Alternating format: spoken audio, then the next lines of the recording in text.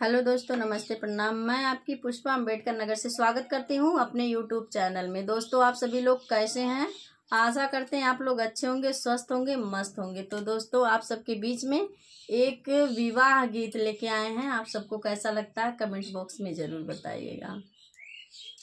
बेरिया की बेरा तू है बर जो ये बाबा हो, झाझरा माड़ौआ जी छवा, झाझरा माड़ौआ जी छवा, झाझरा माड़ौआ सूरज ज्योति लगी है हो, गोरी बादन को मिला, गोरी बादन को मिला।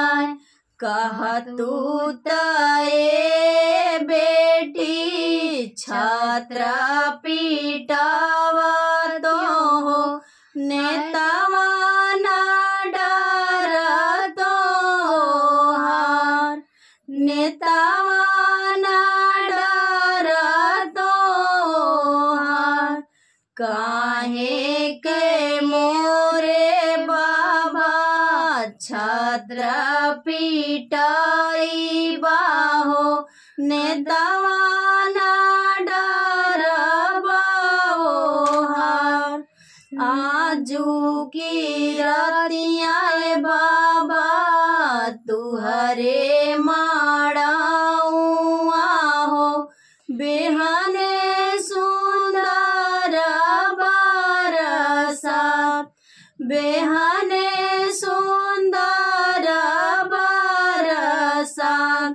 खोरवान खोरवान बेटी दूधवा पिया मानी हो, दहिया खिया मानी 7.5, दहिया खिया मानी 7.5।